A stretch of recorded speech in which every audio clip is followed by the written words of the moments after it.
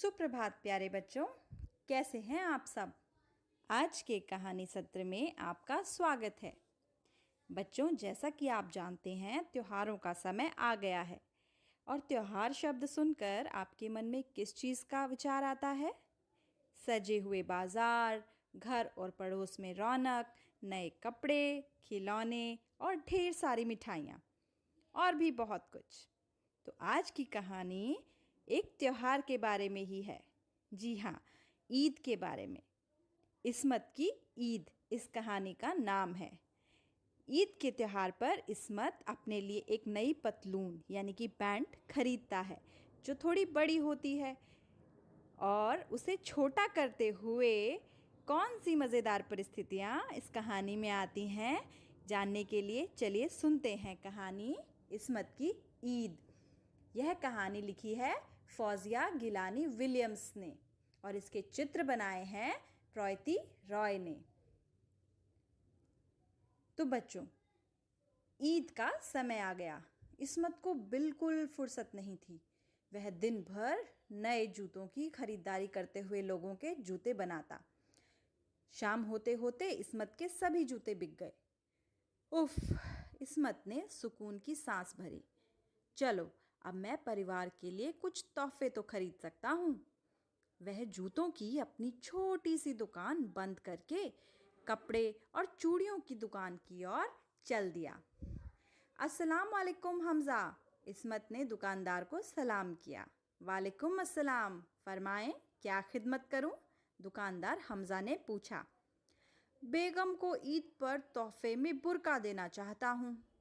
हमज़ा ने एक बुर्का दिखाते हुए कहा, ये लीजिए, और अम्मी के लिए एक दुपट्टा भी दिखाइए ज़रा। यह कैसा रहेगा? हमज़ा ने एक चमकीले नीले रंग का दुपट्टा दिखाते हुए पूछा। दुपट्टे पर सलमा सितारे जड़े थे। और बिटिया के लिए कुछ चूड़ियाँ भी दिखाइए। हमज़ा ने इस्मत को तरह तरह की चूड़ियाँ दिखाई। चूड़ियाँ चुनना आसान नहीं था, सभी एक से बढ़कर एक थी। इस्मत तोहफे खरीदकर बहुत खुश था। उसने पैसे चुकाए और वहाँ से चलने ही वाला था। रुकिए, हमज़ा ने आवाज़ दी। मियाँ, आपके लिए आपकी पतलून तो बिल्कुल थिगोलियों से भरी है। अपने लिए नई पतलून क्यों नहीं ले लेते? ठीक है, मैं भी अपने लिए एक नई पतलून ले ही लेता हूँ, इस्मत बोला। पर जब ढूंढने लगे तो सिर्फ एक ही पतलून मिली और उसे पहनकर देखा तो पाया कि वह तो इस्मत के नाप से 4 अंगुल लंबी थी। इस्मत ने अपनी दाढ़ी खुजाई और मुस्कुराते हुए हमज़ा को देखा। क्या आप इसे छोटी कर देंगे? हमज़ा ने कहा, माफ़ी चाहता हूँ, ईद की तैयारी करनी है, आप अपनी बेगम से इसे ठीक करा लीजिएगा। यह सोचकर कि वह अपनी बेगम से इसे ठीक करा लेगा, इस्मत उसे लेकर अपने घर चल दिया। जब वह घर पहुंचा तो घर पर उसने सभी लोगों को उनका दिया सामान दिखाया। सबने कहा, वाह, बहुत खूबसूरत है। तो उन्होंने पूछा कि क्या आपने अपने लिए भी कुछ लिया? हाँ, मैंने अपने लिए ली है एक पतलून। यास्मीन, जो उनकी पत्नी थी, उसने पतलून उठाकर देखी और कहा, ये तो कुछ लंबी लगती है। हाँ, 4 अंगुल, आप इसे छोटा कर देंगी? इस्मत ने कहा। आज नहीं, मुझे बिल्कुल फुर्सत नहीं है। कल ईद है और मुझे बिरयानी बनानी है। आप अम्मी से कहिए ना। इस्मत अपनी अम्मी हबीबा से मिलने गया। अम्मी, मैं आपके लिए तोहफा लाया हूँ। यह कहते हुए उसने नीला चमकीला दुपट्टा निकालकर उन्हें दिया। वाह, बढ़िया। दुपट्टा लेकर हबीबा बोली, मुझे यह रंग बेहद पसंद है, इसे तो मैं ईद पर ओढ़ूंगी। फिर वह इस्मत की तरफ देखकर बोली, आपने अपने लिए कुछ लिया? हाँ, इस्मत ने कहा, मैंने ली एक पतलून, पर यह लंबी है, क्या आप इसे 4 उंगल छोटा कर देंगी? आज नहीं, हबीबा ने जवाब दिया, मेरे पास बिल्कुल वक्त नहीं है बेटा। कल ईद है, मुझे शीर खुरमा बनाना है। महाजबी से कहो, वह ज़रूर कर देगी। इस्मत अपनी बेटी महाजबी से मिलने गया और उसे उसके लिए लाई हुई सुंदर चूड़ियाँ दिखाई। कितनी सुंदर है अब्बू, महाजबी ने चूड़ियों को देखकर कहा। मुझे ये रंग बहुत अच्छे लगे, मैं इन्हें ईद पर पहनूंगी। फिर उसने अपने अब्बा की तरफ देखा और कहा, आपने अपने लिए क्या लिया? इस्मत ने कहा, एक पतलून। पर देखो ना महाजबी, यह कुछ लंबी लगती है, क्या तुम इसे 4 अंगुल छोटा कर दोगी? आज नहीं अब्बू, महाजबी ने कहा, मेरे पास बिल्कुल फुर्सत नहीं, कल ईद है ना, मुझे समोसे बनाने हैं और बेबी को भी संभालना है। इस्मत वापस आ गया और उसने कैंची ली और अपनी पतलून को नीचे से 4 अंगुल छोटा कर दिया, फिर किनारों को मोड़कर सी दिया और पहन कर देखा, कहा, मेरी पतलून ईद के लिए तैयार है। इस्मत ने खुद से अब कहा और पतलून को तह लगाकर टेबल पर रख दिया। फिर उसने यास्मीन को आवाज़ देकर कहा कि वह गरीब और बीमार लोगों से मिलने जाकर उन्हें ईद के लिए पैसे देने बाहर जा रहा है, और वह घर से निकल पड़ा। कुछ देर बाद यास्मीन ने खुद से कहा, इस्मत सचमुच कितने अच्छे शौहर हैं।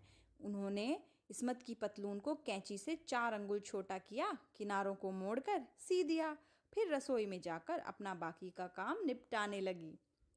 फिर जब हबीबा को शीर खुरमा बनाकर फुर्सत मिली तो उसने सोचा, मेरा बेटा इस्मत सचमुच बहुत लायक बेटा है। वह इस्मत के कमरे में गई, उसने पतलून उठाई, उसे नीचे से 4 अंगुल छोटा किया और किनारों को मोड़कर सी दिया, फिर तह कर कर टेबल पर रख दी। फिर वह वापस आकर रसोई का बचा हुआ काम निपटाने लगी। फिर महाजबी जब समोसे बनाने से फुर्सत मिली तो उसने सोचा, मेरे अब्बू सचमुच कितने अच्छे हैं, और वह भी इस्मत के कमरे में गई, पतलून उठाई और 4 अंगुल छोटा करके किनारों को मोड़कर सी दिया और फिर तह लगाकर टेबल पर रख दी। फिर वह भी अपने काम में लग गई। अगली सुबह जब मस्जिद जाने के लिए इस्मत के घर पर सब जमा हुए, यास्मीन ने अपना बुर्खा पहना, हबीबा ने अपना चमकीला नीला दुपट्टा ओढ़ा और महजबी ने अपनी रंग बिरंगी सुंदर चूड़ियाँ पहनी। इस्मत, यास्मीन ने कहा, आप भी अपनी नई पतलून पहनिए ना। हाँ हाँ, पहनता हूँ, पीछे से हबीबा ने भी आवाज़ लगाई और महजबी ने भी। इस्मत ने उन सब की ओर देखा और सोचा, ये सब कितने अच्छे हैं ना, इनके पास मेरी पतलून छोटी करने के लिए फुर्सत नहीं थी तो क्या हुआ, हैं तो बड़े अच्छे। इस्मत अपनी नई पतलून पहनने के लिए कमरे में गया। उसकी अम्मी, बेगम और बेटी अपने चेहरे पर मुस्कान लिए उसका इंतज़ार कर रही थी। अचानक कमरे से आवाज़ आई, ओह आह या अल्लाह! क्या हुआ, क्या हुआ? यास्मीन, हबीबा और महजबी ने घबराकर पूछा। इस्मत कमरे से बाहर निकला। उसकी नई पतलून उसके घुटनों पर लटक रही थी। यास्मीन, हबीबा और महजबी तो हक्की बक्की रह गई। मैंने इसे काटकर 4 अंगुल छोटा किया था, यास्मीन ने कहा। मैंने भी इसे काटकर 4 अंगुल छोटा किया था, हबीबा बोली। और फिर महजबी ने कहा, अरे मैंने भी इसे काटकर 4 अंगुल छोटा कर दिया था। तो इस्मत ने कहा, ओहो, पर मैं तो इसे पहले ही काटकर 4 अंगुल छोटा करके गया था। एक पल के लिए सन्नाटा छा गया और फिर इस्मत जोर जोर से हंसने लगा और फिर सभी हंसने लगे। चलो टुकड़ों को वापस सिल देते हैं, यास्मीन ने कहा। हाँ हाँ हाँ, इस्मत ने कहा। यास्मीन, हबीबा और महजबी उसकी पतलून को दुरुस्त करने में लग गए। कुछ ही समय में इस्मत की पतलून तैयार थी और माशाअल्लाह बिल्कुल फिट। सब ईद के लिए अपने नए कपड़े पहनकर खुशी खुशी मस्जिद गए और नमाज अदा की। तो बच्चों, कैसी लगी आपको ये कहानी? इस कहानी में आपको क्या पसंद आया? मुझे तो यह देखकर बहुत अच्छा लगा कि कैसे एक छोटी ही सही पर समस्या होने पर भी पूरा परिवार उस पर हंसता है, आनंद लेता है और फिर मिलकर उसे हल करता है। जैसे परिवार में सभी एक दूसरे का ख्याल रखते हैं। त्योहार भी हमें हर साल यही याद दिलाते हैं ना। तो आप भी अपने त्योहारों का आनंद लीजिए और जीवन की छोटी या बड़ी किसी भी समस्या को हंसते हुए हल करिए, मिलकर सुलझाइए। धन्यवाद।